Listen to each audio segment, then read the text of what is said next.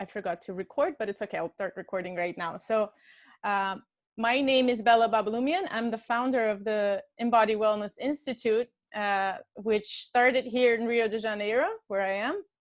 But right now, with the pandemic, I've decided to obviously do everything virtually. And since March, we've been doing these webinars that are called Alone or All One, right? Reconnecting body, mind, and spirit, or whatever you think, spirit, energy.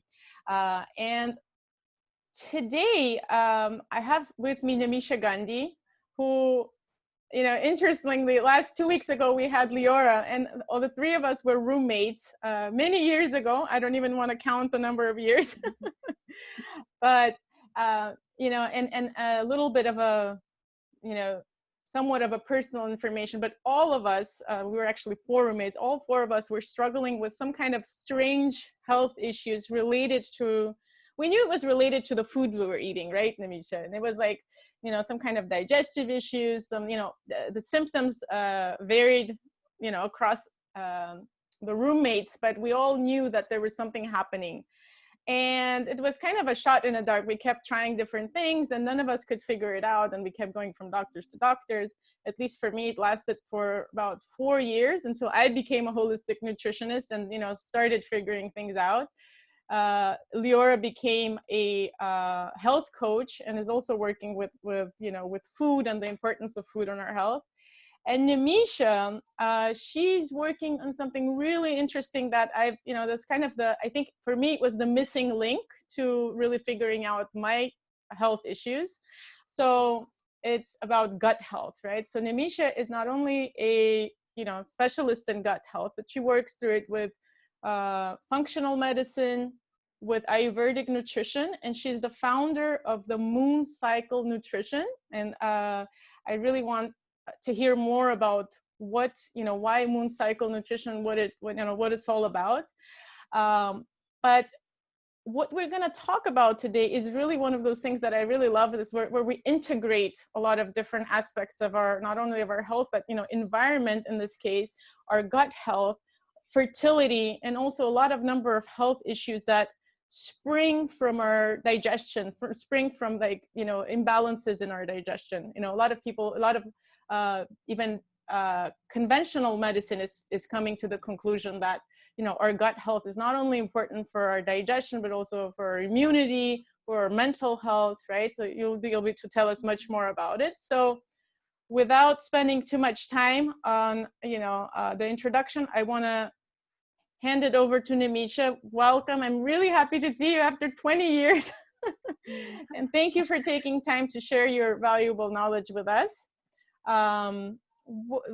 First of all, can you introduce yourself to us a little more and tell us why you've decided to start, the fertility clinic and the Moon Cycle Nutrition, and how do you work to begin with? Yeah.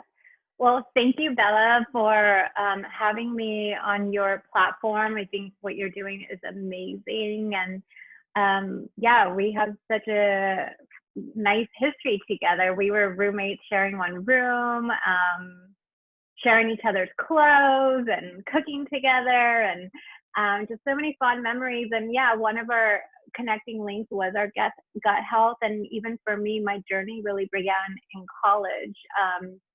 I remember I just had so many digestive issues in college, and Leora, our other roommate who you had on your show, was also, she was the one who was like, oh, drink this tea. And, we were always like coming up with ways to help ourselves feel better. And it was, we would experiment with some foods. And for me, I didn't realize that I was suffering from gut health actually from childhood, because, you're kind of just going through childhood, you don't really think about it. There wasn't a lot of body awareness. And then in college there was some, but then you're also just trying to get through to exams and just get through that whole college experience. And so it wasn't until afterwards, when I wanted to go to medical school, and then because I was having so many gut health issues and going from doctor to doctor, and being at UCLA, I participated in some research studies on IBS, I remember, and meditation. And those are the kind of things that got me to think outside of the box. And I had decided I didn't want to go to medical school. And so while I was finishing up my degree at UCLA, I had enrolled in an Ayurvedic program. And Ayurveda is a 5,000-year-old medicine from India. It is the beginning of a lot of medicines that is practiced today. It's even older than Chinese medicine. And yoga is actually a sister science to Ayurveda. And so yeah, it's funny because some parts of it have come, have become popular, but even Ayurveda is more and more known, right? But I think a lot of parts of it are still unknown to the Western world. So yeah, and so I just had a strong calling to Ayurveda because my ancestry is Indian, and I grew up with a lot of Ayurvedic medicine in my house. It wasn't marketed as Ayurveda. It was just our daily life. And so I studied that, and I really started piecing a lot of things together about my own health and health of the people I love. And then eventually I became a holistic nutritionist and started studying functional medicine. And so that was my journey and how I got started. And about 6 years ago, I founded Moon Cycle Nutrition, which is my own nutrition practice. And it's called Moon Cycle because it's really connecting our inner rhythms,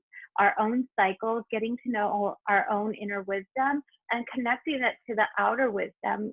We have become so individualistic, only thinking about us, and forgetting that our health really depends on the cycles of the earth as well, and our community.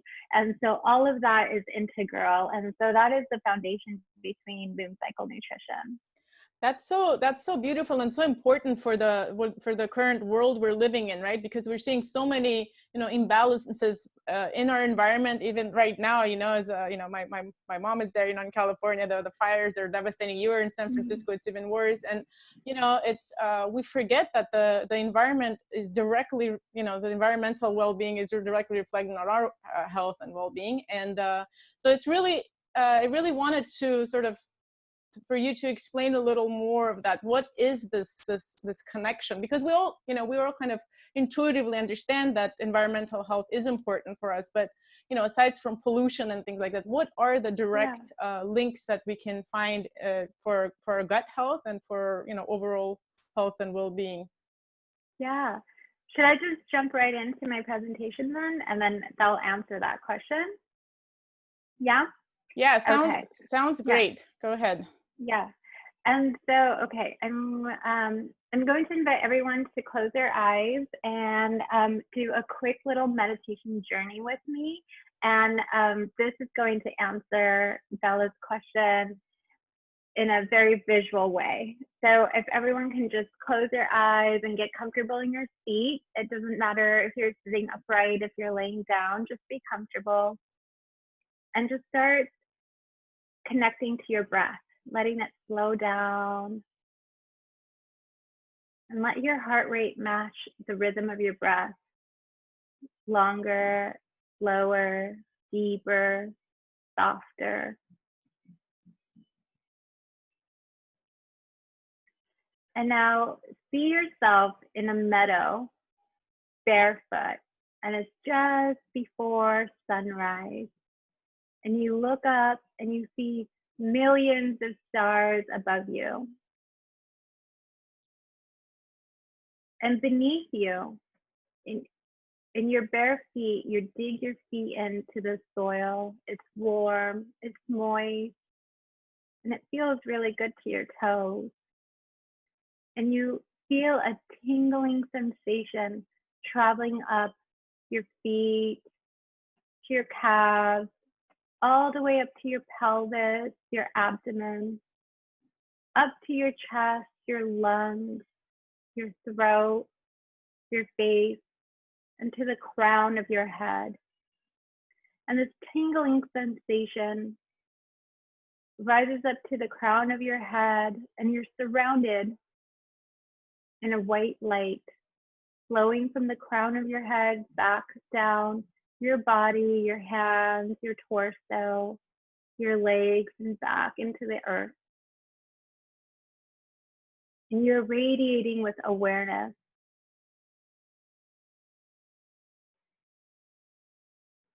And you look around you, and now the sun has risen, the stars have disappeared, yet they're still there. And you look around you and you notice wildflowers. You hear the chirping of the birds and the rustling of the leaves. You even hear a water stream somewhere close by.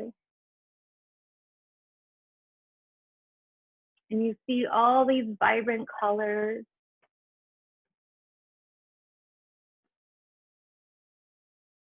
And you can feel the softness of the grass against your legs. And there's a smell. And the smell is sweet and nostalgic. And you follow the smell and you come to a strawberry bush. And you notice a strawberry. It's red, juicy, and ripe. So you squat down and you pick the strawberry. And you bring it up to your nose and you smell it. You feel the texture on your fingertips. You bring the strawberry to your lips and you just feel the sensation on your lips. And then you finally take a bite. And you moan in delight and laughter because there's juices flowing down from the corners of your mouth and your chin. And you can taste the strawberry. So fresh and sweet. And then you swallow. And you're in joy of just having this fresh piece of fruit. And then when you're all done, you stand up again and look up at the sky and you smile in gratitude.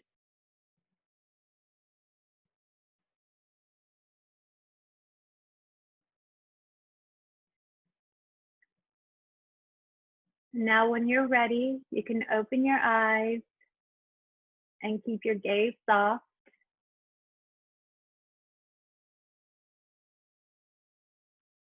Roll your neck a little bit if you want. And so that was a little meditation that I created. It can be much longer, and it actually works really great if you do have a piece of strawberry with you and you eat it during that journey. But it really encompasses all of the different elements of your health. So we get, so in our gut, we have this gut microbiome, which I'm going to really go deep into. And we get our microbiome. Our microbiome is really nourished by the soil, by what's in the soil, how much we interact with the soil, and we're all just interconnected. And then just doing things like squatting or looking up at the sun and getting fresh from getting sunlight and vitamin D from the sunlight, all of that enhances our health. And it'll make so much more sense as I go through my talk. So I'm going to do a screen share. I have some slides to share with you to help visualize everything I'm talking about. And so this is a picture of the Milky Way, the galaxy.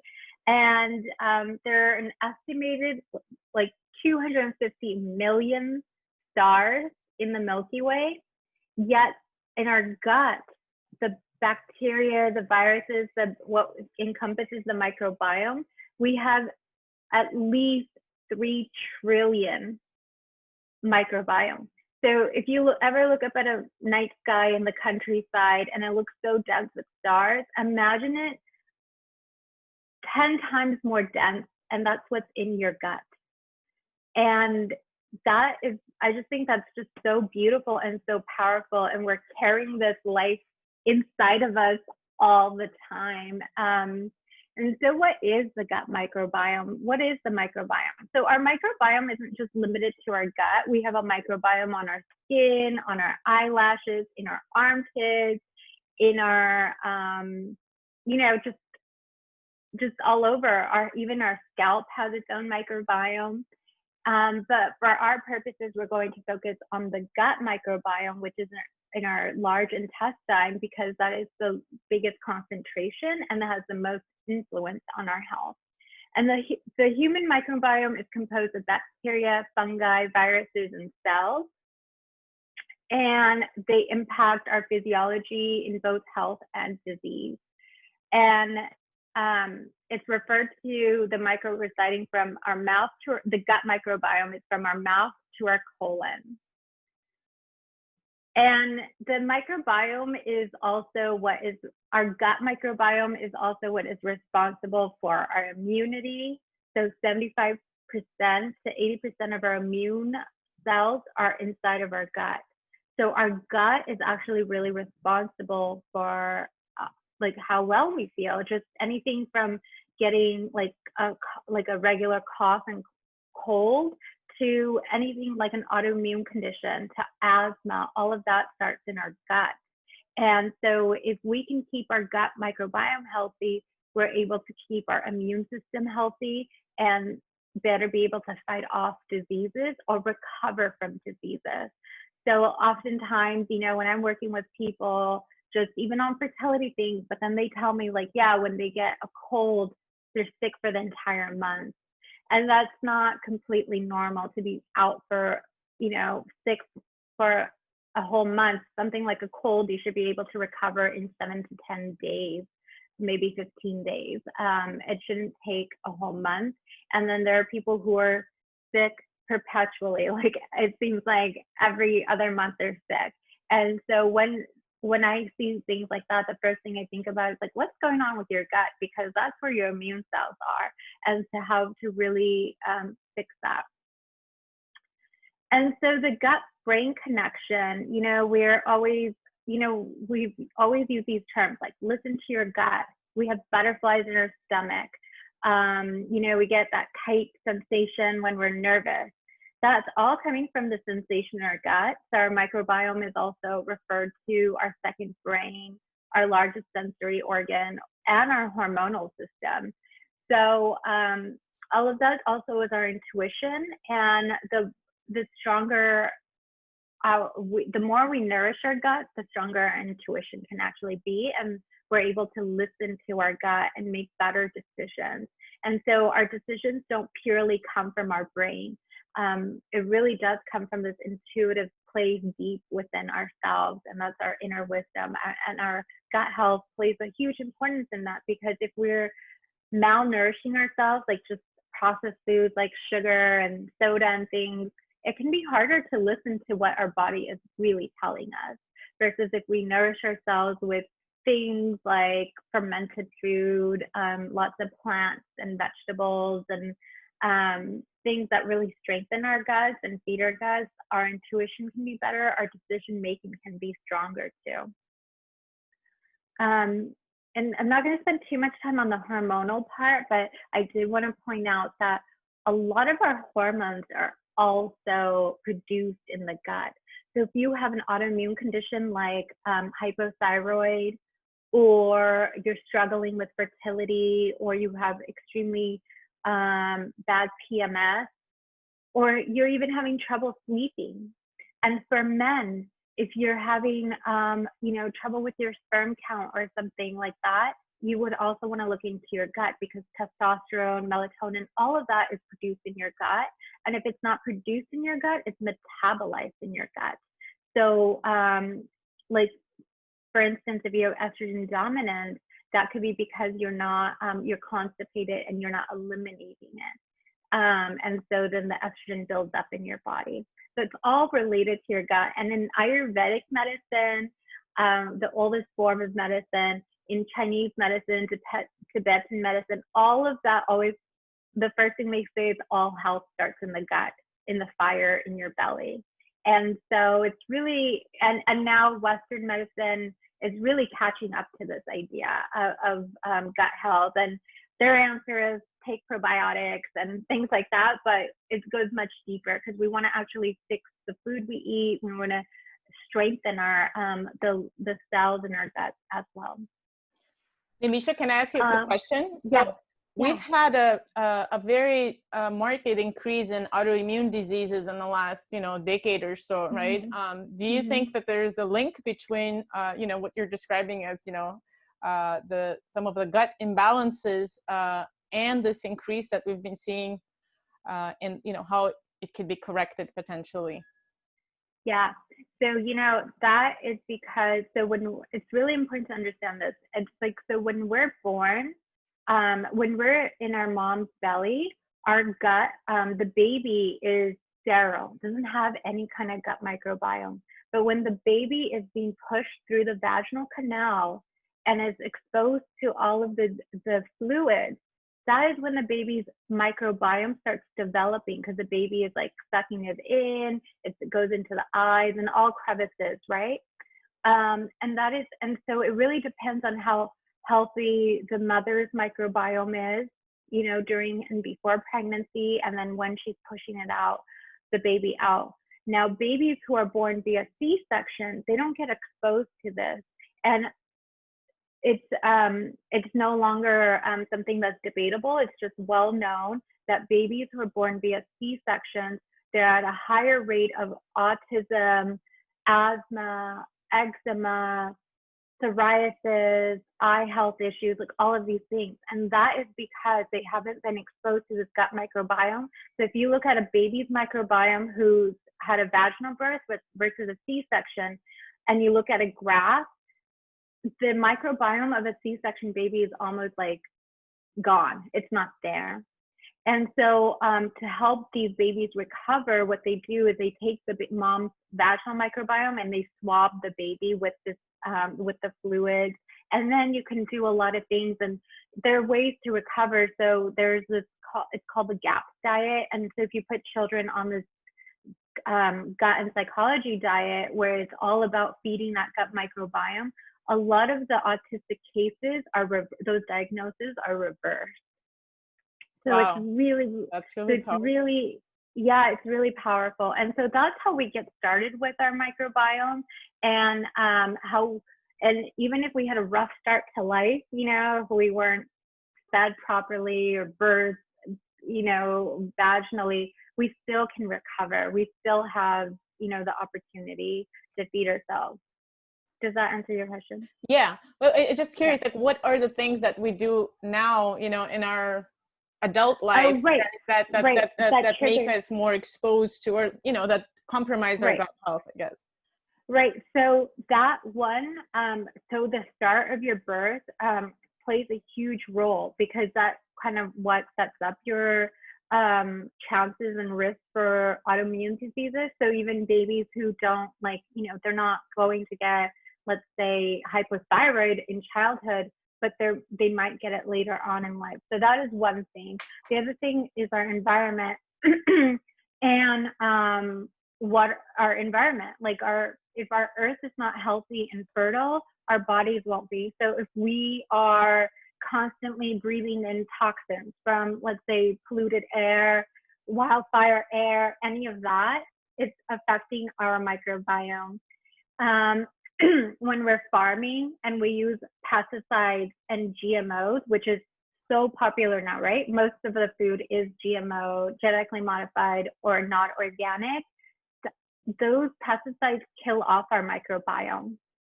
So then that increases our risk of autoimmune conditions. Stress does too. The more we are sitting and not doing appropriate movement and not doing our breathing exercises and taking moments to just totally de-stress. And when I say de-stress, not sitting in front of the TV, but doing things like meditation or journaling. Those are things that really help our microbiome too, not just food. But if we're constantly under stress, that triggers a lot of the other, it's a cascade event in our body. Our cortisol increases, that messes with the balance of our microbiome too. Yeah, because then our body's constantly in a fight or flight, right? And it's constantly trying to run away from something, but there's nothing to run Right. away from, right? And our body's constantly in that preparedness mode, wasting its Right. nutrition and like you're saying, the gut. I didn't know about the gut, but I know of its effect Yeah. also on all of the other, aspects of our health. They're Right. terrible. So Right. yeah. When we're in a fight or flight mode, we're not putting enough energy into actually digesting our food because our blood is trying to flow away from the rest of our body because it literally thinks that you need to be hiding from a tiger, it's like right? inessential, not an essential function anymore, right? Right. And so that's why your fertility goes down too, because it's no longer needed for your immediate survival. That's what your body thinks. And also you stop digesting food, which then you'll experience gas and bloating and digestion, like any of, constipation, like all of those things, because not enough effort and focus is being put on your food. So one tip is, no matter what's going on, make sure you're sitting down and eating, your feet are on the ground, and you're in a calm environment and calm mind when you're eating. Like if you're angry and eating, that food is going to get stuck in your body. It's not really going to be digested. And so that's really, really important to understand. And another issue why we're seeing a rise in all sorts of health issue is because we don't have enough diversity in our food. Increasingly, we're eating the same type of food over and over again. Even like where there's like popular trendy foods, like here in San Francisco, it's like all about avocados and chia seed puddings. And so like, there's like a superfood that comes out and then everyone wants to eat it all the time. They add it to their smoothies and just like but then that robs you of diversity, and that's not how we're meant to eat. And when we eat like that, we over farm the land of avocados, which then, puts a stressor on the land and the bees and all of that. So nature's answer was always diversity.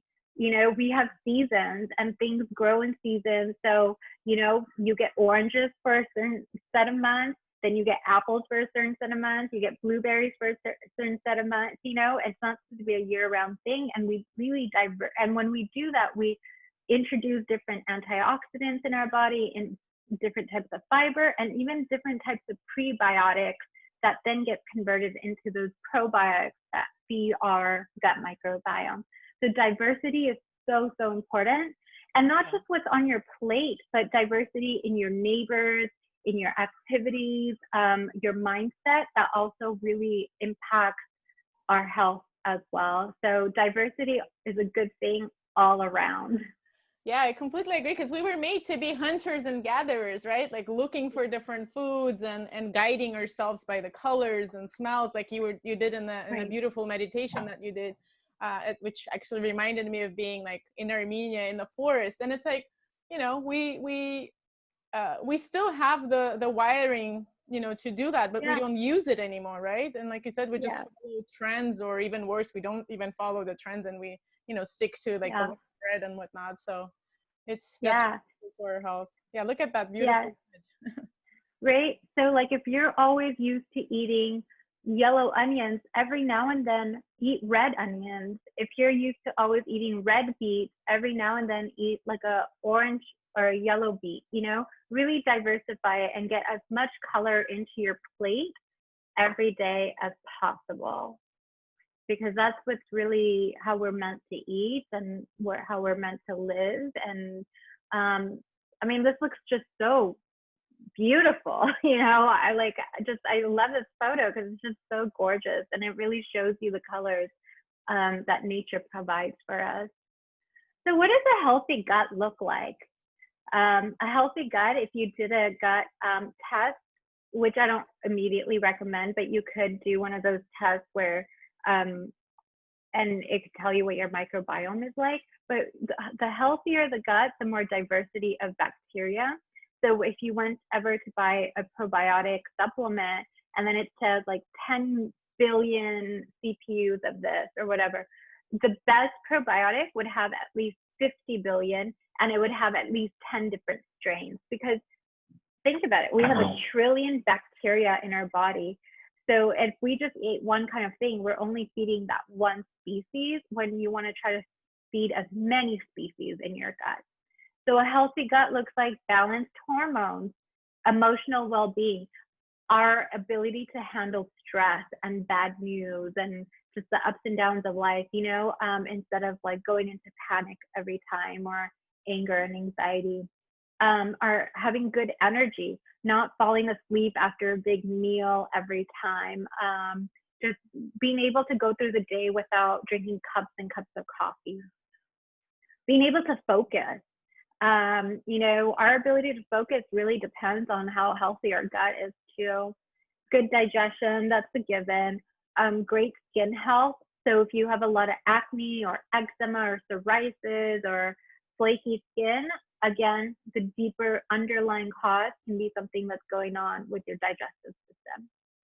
Intuition, you're just a lot happier, having mental clarity, satiety. And what I mean by that is like you eat a meal and you're satisfied with it instead of feeling immediately hungry again or hungry a couple of hours later, or just not feeling hungry ever. So that also depends on that. And having a strong immune system, weight management also, if you're just gaining a lot of weight or losing a lot of weight, or you're not able to keep on pounds, that is, again, it could be something going on with your gut. And this basically everything, right? All aspects. Basically all aspects. They've and this is just a short list. The list can go on forever and ever. But a poor gut health, what can it look like? It can look like Alzheimer's. And there's a strong link between your gut health and memory. And so people who suffer from Alzheimer's, their gut microbiome is almost wiped out. And so people can recover from Alzheimer's in some degree if they start fixing their gut health. And it depends on how early you can catch it and how early the intervention is with nutrition and lifestyle. Acne, anxiety and depression. So, for all this time, we thought that depression was a chemical imbalance in your brain. But what it really is an imbalance in your gut microbiome for many, many people. I don't want to say that, no, it's just, it's true for everybody, but oftentimes. And they've even found antidepressant bacteria in the soil. So people who garden or have a little farm or something, and they're with their bare hands are working with it, or they just eat food right off the farm, they tend to be less anxious and less depressed. Autism, asthma, brain fog, chronic constipation, diarrhea, so things like IBS, SIBO, ulcer, all of that. Diabetes is also related to our poor gut health, and it has to do with our sugar, how we metabolize food. Because even people, sometimes they are eating the healthiest things, but they are pre-diabetic, and so what is going on? Because it could just mean that maybe they're not actually absorbing the food, the nutrients, and a lot of times I see people, drinking these super expensive smoothies and supplement powders, and they're thinking they're being really healthy, but they're not getting any nutrients from it because their gut health is kind of messed up. So it becomes a waste. So the first thing you have to do is fix your digestion. Make sure you're not just digesting, but absorbing the nutrients too. And so, so these are just some, but the list is long also on gut health and what poor gut health looks like. This is just a nice picture of bacteria in your colon. And these are the good guys. Again, when we were just becoming human, it was a symbiotic relationship. The microbiome keeps us healthy, and all we have to do is feed it proper nourishment. All we have to do. So it's a harmonious relationship as long as we do our job of nourishing the microbiome, and the microbiome will do its job about keeping us healthy. And I get this asked a lot, like, okay, so what should I, eat? Should I be vegan, vegetarian, omnivore, just do keto or paleo or all of these diet trends, And my answer always comes down to your ancestral food. Like, where does your ancestry come from? What were your, generations ago? What was your family eating? Where did they come from? And how did they prepare food? And because that is going to make a huge influence on what you are digest and eat. No one on this planet was meant to eat packaged potato chips and cakes and brownies, and make that our staple food. In America, 60% of the calories people eat come from brownies and pizza and things like that, not from actual vegetables or even real bread. It comes from all this processed food. And that's not what our ancestors were eating. Our microbiome cannot eat that. That is what causes illness. So, and increasingly our food is becoming globalized, especially in Brazil. You know that with all the deforestation. And so the food is becoming similar everywhere, which is really, really unfortunate. Last summer, I was in Bali and I was thinking I was going to eat all this like Indonesian food and everything. And everywhere I went, I was seeing chia seed pudding. And I was like, wait, chia seeds? They come from the Andes. They come from, South America. Like, why is this in Bali? I was seeing like just really, it was really sad of how the indigenous food is being wiped out for this global food. And then the indigenous regions where that food is coming from is being devastated by that. So I was going to say, it's not only bad for our health, right? It's also terrible for the environment and for the people who produce those, right. staples that are, And then it's wiping out our microbiome. Like our microbiome is becoming narrower and narrower and narrower versus like, there are some hunter and gatherers still, like in Tanzania, there's a Hadza community and scientists have studied them and their microbiome looks like what you would imagine a microbiome of anyone looking like 300-400 years ago versus like if you compare it to an American, it's like more than 50% of that has been wiped out. So so it's really important to kind of think about eating what is native to the land you're in and what was native to your ancestors, because that's what you'll digest too, right? That's your genome. That's what you've inherited too. So it also has to do. I've read that the book about the eating according to your blood type, and it kind of relates to what you're saying, because I was reading something about like blood type O, for example, 0, which is like the original hunter gatherers. They're much more. It's easier for them to process meat. And there's some mutations that allow people to process dairy products, but not others, So do you think that has to do with it as well, or somewhat? Yeah, I'm not think about that. Yeah, and so in Ayurveda also it's about what your constitution is, right? Like you're born in a certain way, so let's say you have more elements. So like let's say a Vata person has more air and fire elements, or air and ether. Those people would do better eating whole grains and things. But another body type, the Kapha body type, if they ate grains, they would probably get diabetes if that was their staple food. Gotcha. So it does really depend on the individual also, but your ancestry plays a big role. And so I think that's really important for us to understand and honor. And I do believe on your plate that 70% of your calories should come from plant sources.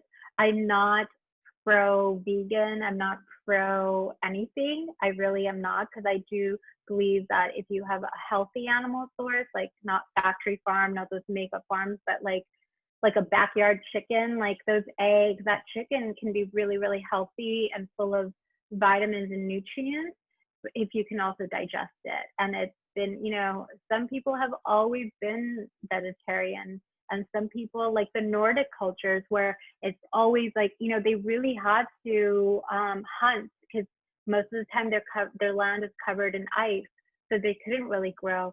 So they are really, if you look at them, they actually do better eating animal products. People who have celiac disease, they're mostly Irish, Scottish, and the Northern Europeans. They have a higher prevalence of being celiac, and celiac means you have complete intolerance, basic an allergy to gluten.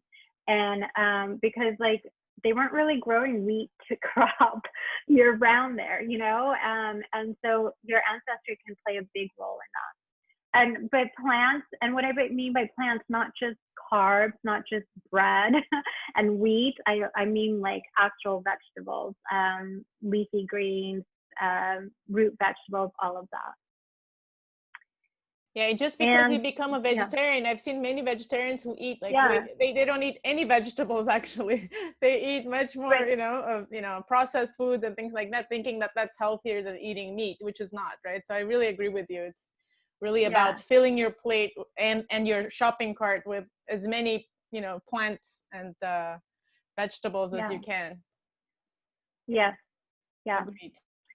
It's a big track, like thinking crackers is healthier than an egg, because but the crackers can have so many awful ingredients into it. And also these crackers and stuff, they still have soy, and they still have palm oil, and it's causing a devastation to the planet also, these large, cutting down the forest and everything just so they can make a healthier cracker.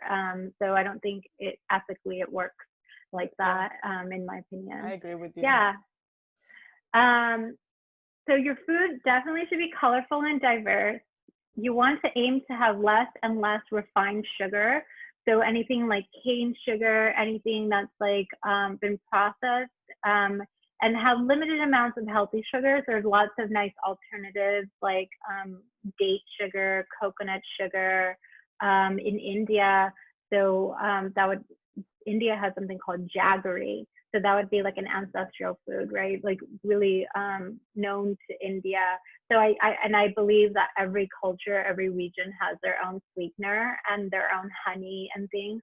But it's also, just because it's honey doesn't mean you can have vast quantities of it, unless you do live like a hunter-gatherer life where you would be burning it off. But most of us have a very sedentary life where we're just sitting in front of a computer, and more so now because of the pandemic and all these other issues. So limiting the amount of sugars. You always want to read ingredient labels to make sure you're avoiding like anything that's GMO'd or have food dyes or soy and all of these like added ingredients. If it's not a whole food based kind of thing, you kind of want to avoid it as much as possible. And that also goes by minimizing packaged foods. And when you minimize packaged food, you create less waste, less trash, less plastic production. And also it's really important to eat what feels good to you.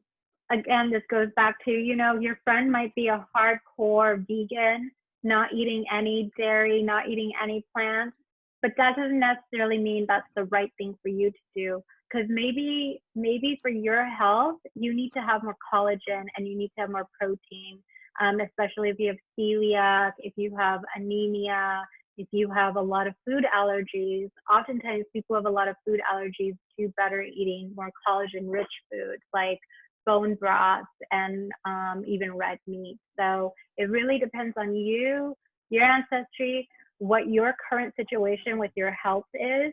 And, I also say being vegan can be really, really healthy for like 3 months, but it may not be sustainable. And you might start now, you may feel good for 3 months, but then all of a sudden your bones are, you're showing signs of osteoporosis and all of that. So, being on top of it and not being dogmatic and diversifying, switching it up, and always trusting that your body is your friend. Your body wants you to be healthy, and you just have to provide it that. Nimisha, you mentioned probiotics.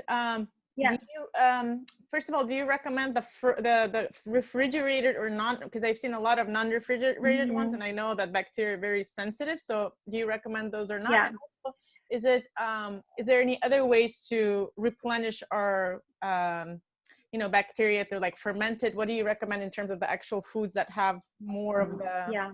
I know that a lot of people have started consuming kombucha. What are your thoughts on that? Yeah.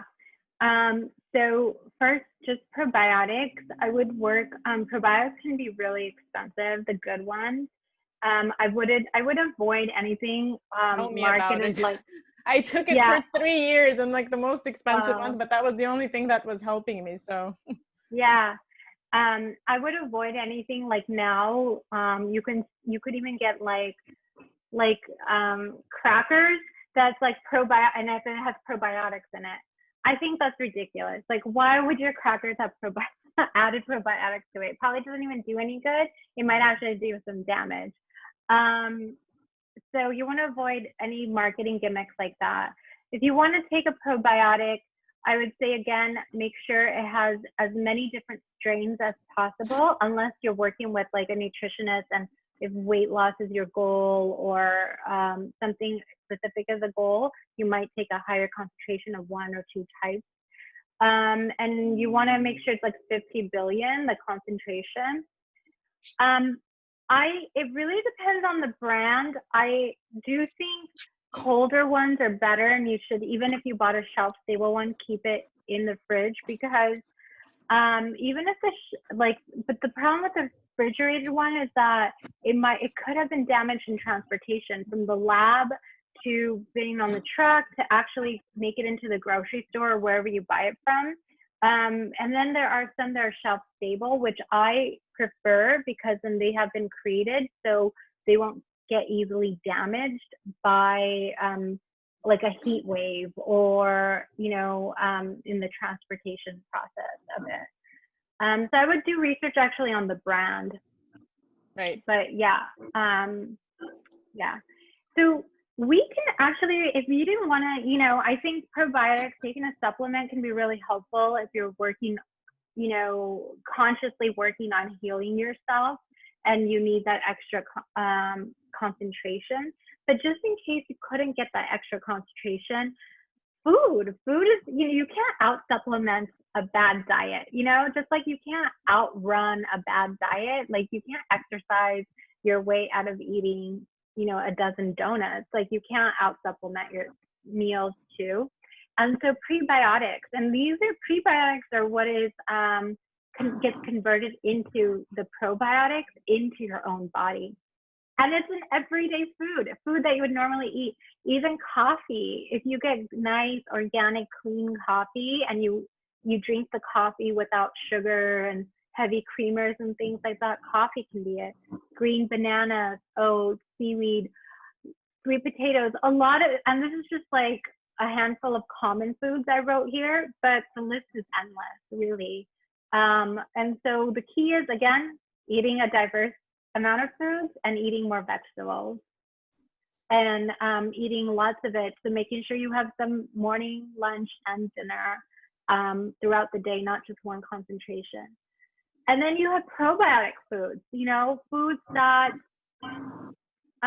already have it, already been converted.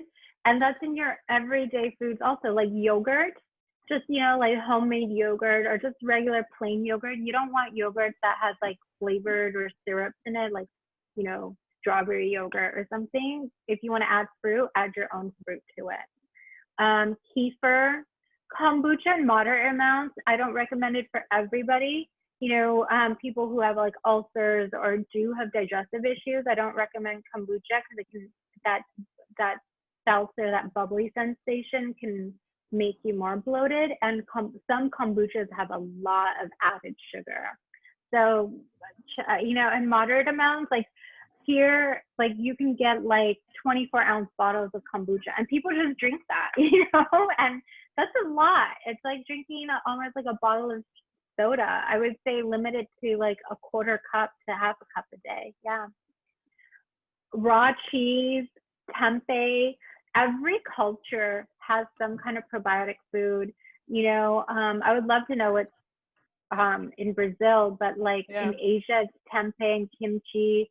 Germany, it's sauerkraut. In India, they eat achar, which is just fermented pickles. Gari is in West Africa. What is that? And in West Africa, they eat gari. Buttermilk, even cacao, pure cacao that hasn't been messed with, has a lot of probiotics in it. And pickles, just your everyday pickles that you can make with onions or whatever. So I was going to say, in Armenia, we do that. We did, or at least we did that every year. You know, like pickled vegetables, all kinds of vegetables. That's something that, or yogurt is like very Armenian. I don't know if Brazilians over here, like I'm not sure what the fermented foods here are. I think it's such a tropical culture that I'm not sure they practice fermentation, but maybe. I think it happens in a lot in the cultures where it's some of the foods are not available. It's like it's for not spoiling, right? Like the yogurt. Right. Yeah, but I think I'm sure that I know every culture has it, and because you can find pickles in tropical cultures too. So I think it's really important to also tap into the region you're in and find out. But like the point is, this is what we were meant to eat. And the fact that every culture has some form of these probiotic rich foods. Every culture, almost every dairy eating culture has like buttermilk and yogurt and, kefir. And so there's just, it's prevalent, and it's an indication of how, what we're meant to eat. These are just some snack ideas. People are like, well, okay, if I'm hungry and I just want a little crunchy snack or something. So instead of reaching for those potato chips or something, these are some ideas. Like for me, I have a sweeter tooth, so I like dark chocolate, and the darker the chocolate, the more fermented and the less processed it is. So dark chocolate with some berries, just having homemade yogurt with some nuts and seeds, or even plantains, like having cooked plantains. So like green bananas and the harder plantains, they have a lot of prebiotic fiber to it. And herbal teas also, and green tea also has a lot of fermentation.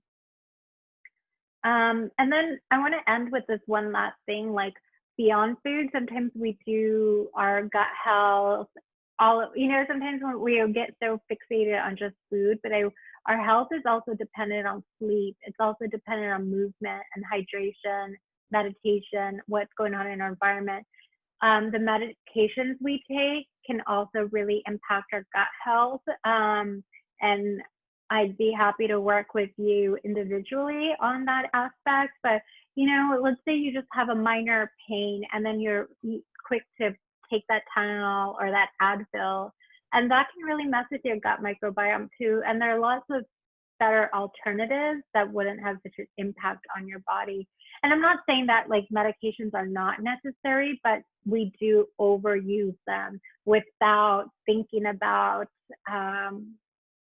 safer alternatives and what nature has provided us.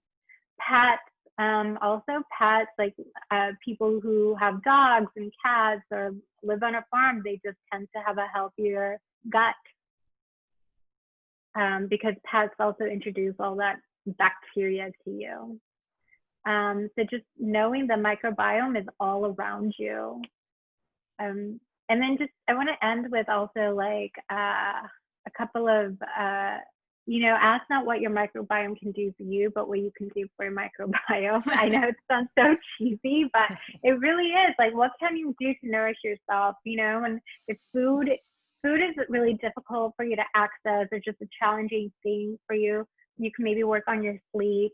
Maybe you can do some yoga poses or go for a walk outside. There's lots of things you can do to nourish your microbiome. And these are just, you can take a snapshot of this, and if you wanted to do some journaling exercise for your microbiome, this can be really helpful. Not just your microbiome, but your overall health. And being mindful of what you're eating, being mindful of and how that's impacting you, because that's the first step.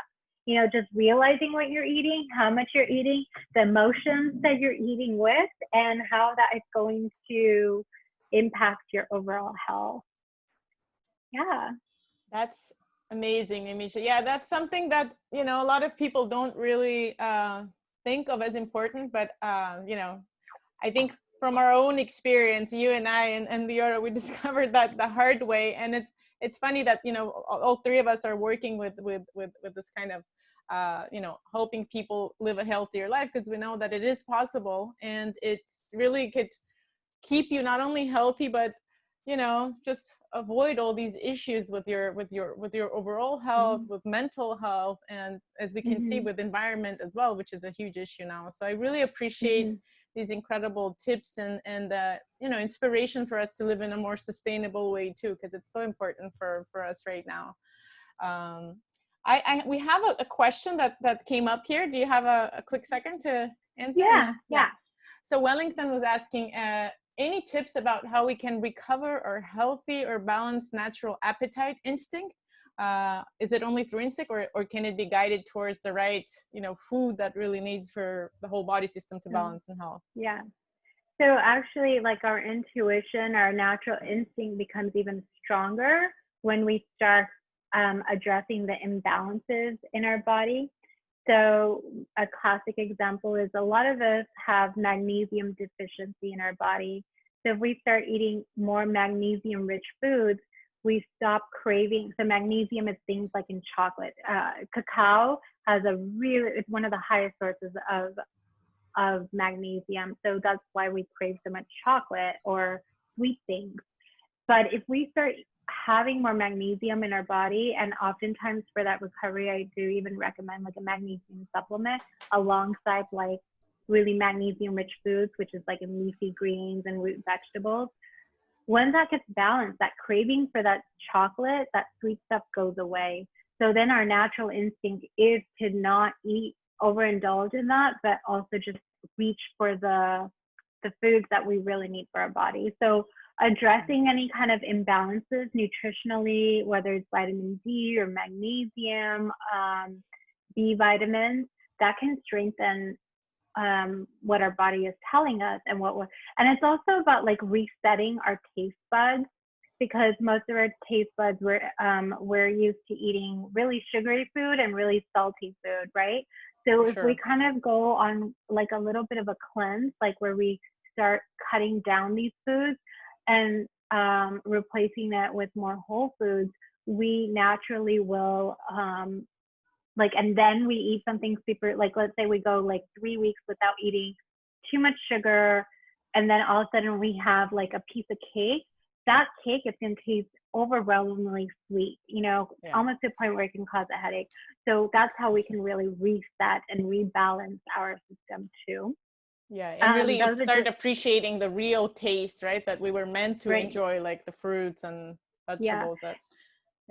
Right. And like the meditation we really went through tasting that strawberry. We held it, we smelled it, we, touched it on our lips. And if we start eating food more like that, we'll actually also be able to filter out what food means to us and our bodies. No, because it's not the same experience when you do that with like a Cheeto or with a chip, right? Like, no, of course not. Yeah. And of course, it's not packed with all of those like chemicals that are especially made to make you addicted, right? So we want to avoid those at all costs. We also have a quick question from Dani asking if you would share the presentation. I've shared here the group that you guys where you can see the recording of this webinar, and where we can share your contact. If you feel comfortable in sending me that, I can put it in this Facebook group as well, where we only allow people who are part of the webinar participants. I don't have a version of this I can share with you. If you email me, I have a modified version. And then Bella, you told me that you're going to put this on YouTube, so you can definitely look at this live over again. Okay, yeah, sounds good. And I'll share your contact in case people want to get in touch with you and ask more in-depth questions. I'll just put in my email address, and then so you can email me, and then I can send you I can email you. I have a more condensed version of this that I could send you. Sounds great. Do you have time for one more question, or you have to run? Yeah. No, I do. Issues, constipation, anything you can suggest without using laxatives? That's one of the questions we have. Yes, please don't use laxatives and get to, because that was one of the things we did in college. But then it further makes you more constipated. It's like a vicious cycle. What you can do, right? Yeah. So what you can do is actually look at why you're constipated. You can be constipated because you're sensitive to a food. Like, so a lot of people who are sensitive to dairy, they can get constipated without realizing that it's the dairy that's causing it. So, you know, keep your food journal and realize, like, is there a food that's affecting you? And then abstain from that food for a couple of weeks and see how your body adjusts to it. I would say take magnesium glycinate. I'm going to put that in the chat. That's a better supplement that can help you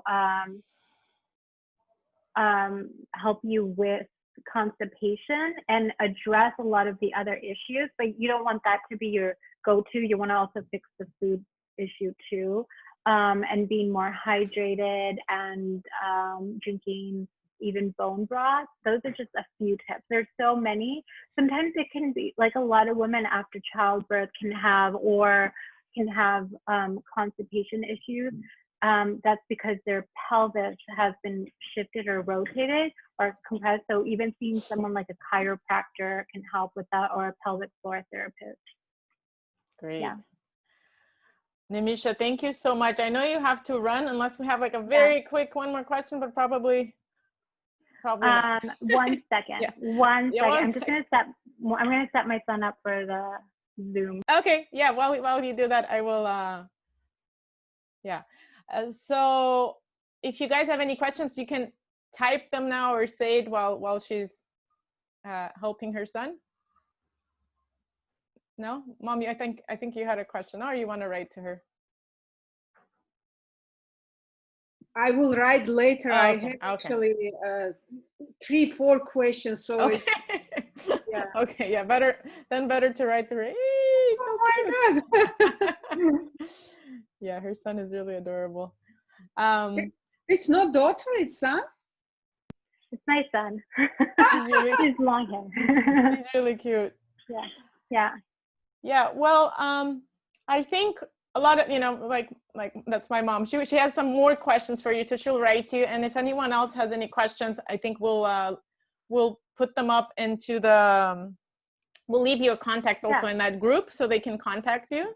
Perfect. Yeah. But I just wanted to thank you very much. This was really, enlightening in many ways. I think a lot of people unknowingly even are dealing with gut health issues. And so I would say it's like, if you're having some kind of an issue mentally, physically, always try looking if it's something related to your gut. That's kind of like the point I got from Nimisha. And I think it's very relevant because I personally struggled with my health and, in my early 20s. I know a lot of other people that, kind of investigated everything else until coming to the conclusion that was related to the gut. And, they didn't have to go through all that trouble and wait until, the condition becoming even worse to look for that kind of health. So maybe like reversing that process and really looking at like, maybe I'm eating something wrong. Maybe I need to, take care of that. Maybe I need to seek help from a specialist. So thank you very much.